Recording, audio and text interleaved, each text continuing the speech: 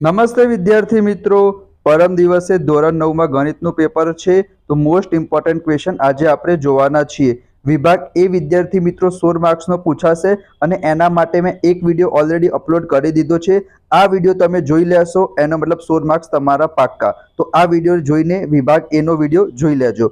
વિભાગ બી માં વિદ્યાર્થી મિત્રો અહીંયા તમે જોઈ શકો છો 10 પ્રશ્નો પૂછાશે 2-2 માર્ક્સના. તો બીજા ચેપ્ટરમાંથી 2 ક્વેશ્ચન તમારી પરીક્ષામાં 100% પૂછાશે. સાદુરૂપ આપો. તમે 17મા નંબરનો ક્વેશ્ચન જોઈ શકો છો વિદ્યાર્થી મિત્રો. આવો દાખલો તમારી પરીક્ષામાં પૂછાઈ શકે છે. બધા સૂત્રો નિત્યસમ કરી દેજો. એના પછી વિદ્યાર્થી મિત્રો 18મા નંબરનો દાખલો પણ બીજા ચેપ્ટરનો છે. કે ની કિંમત શોધવાની છે. એ પણ સિમ્પલ જ છે.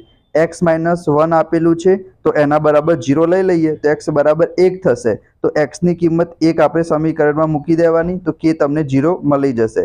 19મો તો સૌથી સિમ્પલ છે. x અને y ની કિંમત આપેલી જ છે તો ડાયરેક્ટ સમીકરણમાં મૂકી દઈશું તો k ની કિંમત તમને મળી રહેશે.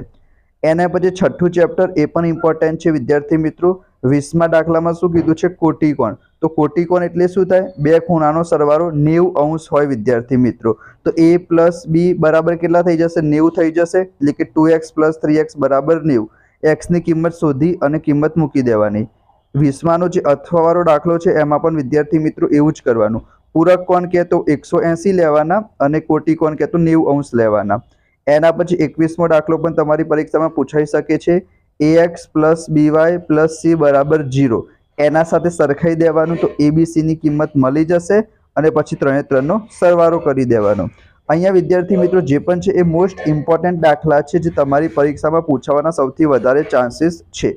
22મો દાખલો પણ જોવો વિદ્યાર્થી મિત્રો. બે બાજુ સરખી હોય તો સામેના બે ખૂણા સરખા થશે અને ત્રિકોણના 3 ખૂણાનો સરવાળો થાય 180. એના ઉપરથી 22મો તમને મળી રહેશે. 23મો દાખલો પર ઇમ્પોર્ટન્ટ છે વિદ્યાર્થી મિત્રો. અહીંયા શું લખેલું છે? વ્યાસ આપેલો છે 20 તો ત્રિજ્યા તમને 10 મળી જાય. જીવાની લંબાઈ આપેલી છે 12 તો AB નું ઓથી અંતર શોધવાનું કીધું છે. એટલે કે અહીંયા તમારે પાયથાગોરસનો પ્રમેય વાપરવો પડશે. કર્ણનો વર્ગ કરીશું એ બાકીની બે બાજુના વર્ગોના સરવાળા બરાબર થાય. મોસ્ટ ઇમ્પોર્ટન્ટ દાખલો. એના પછી 23મો દાખલો જો. જીવાઓ સમાન આપેલી છે. એક ખૂણાનું માપ 80 આપેલું છે તો ખૂણો PCD આપણે શોધવાનો છે. 24મો દાખલો જોશો ને વિદ્યાર્થી મિત્રો તો પૃષ્ઠફળ અને ઘનફળ વાળા ચેપ્ટરમાં જો તમને કંઈ જ ના આવડતું હોય તો ખાલી સૂત્રો તો વિદ્યાર્થી મિત્રો કરી દેજો.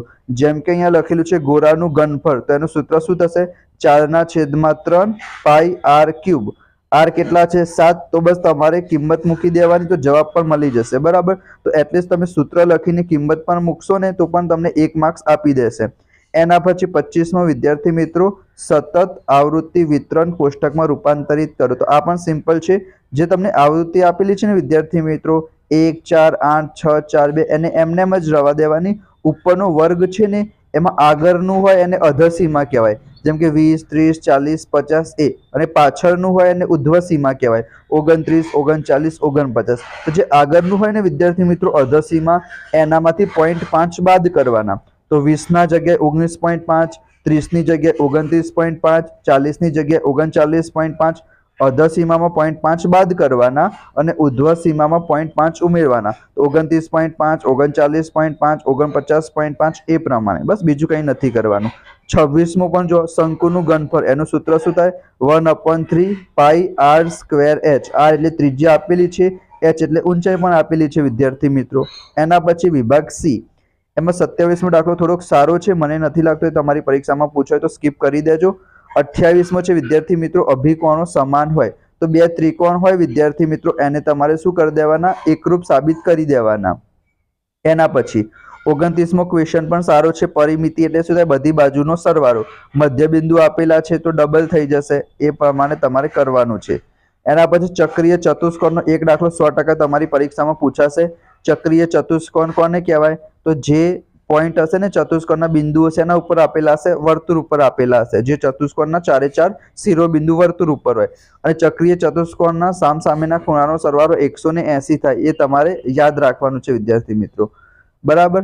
એના પછી 31મો પણ તમને વિકર્ણો એ બિંદુમાં છેદે છે એ તમે દોરશો તો તમને ખબર પડશે. આ મોસ્ટ ઇમ્પોર્ટન્ટ દાખલા છે વિદ્યાર્થી મિત્રો. તો તમે એક વખત જોઈ લેજો. ના ફાવે તો લાઈવ લેક્ચર લેવાનો છું આજે અથવા તો કાલે.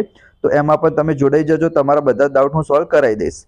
એના પછી 31મો પણ તમે જોઈ શકો છો. 32મો મોસ્ટ ઇમ્પોર્ટન્ટ છે, ગુણોત્તરવાળો હેરોનનું સૂત્ર લગાવવાનું છે, તમને ખબર પડી જશે બરાબર. આ દાખલો તમારી પરીક્ષામાં પૂછાઈ શકે છે.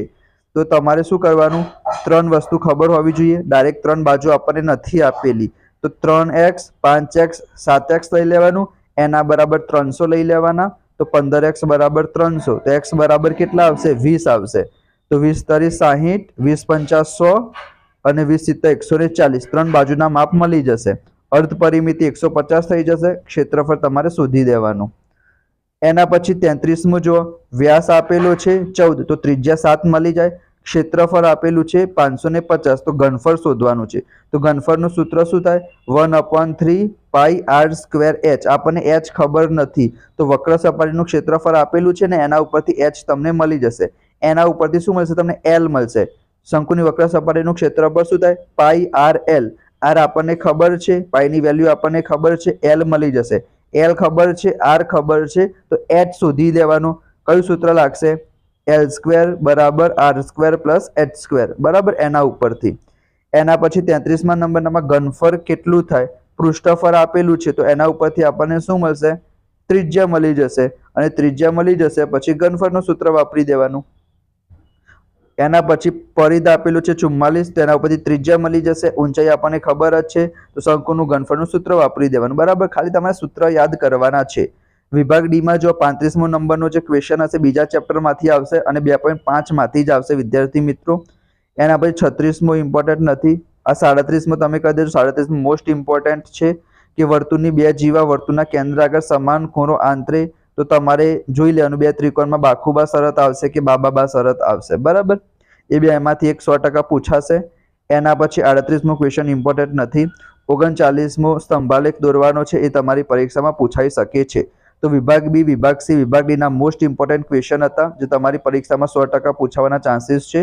કંઈ ના આવડતું હોય તો પણ તમે મને કોમેન્ટમાં જણાવજો, તો એ દાખલો પણ હું તમને શીખવાડી દઈશ. PDF હું તમને આપીશ વિદ્યાર્થી મિત્રો. જે ભાવિકનું સ્વાધ્યાય પત્ર છે એના બધા જ વિભાગનું વોટ્સઅપ નંબર છે 8460656524. એના ઉપર તમે મને હાઈનો મેસેજ કરી દેજો, હું તમને PDF ફ્રીમાં આપી દઈશ, જેથી તમારો ટાઈમ ના બગડે. તો પણ તમારી ચેનલ છે, ચેનલને સબસ્ક્રાઇબ કરી દેજો, લોકો સાથે શેર કરજો. મળીશું આપણે નેક્સ્ટ વિડીયોમાં. ત્યાં સુધી જય શ્રી કૃષ્ણ, જય શ્રી રામ, જય Swaminarayan. Thank you so much.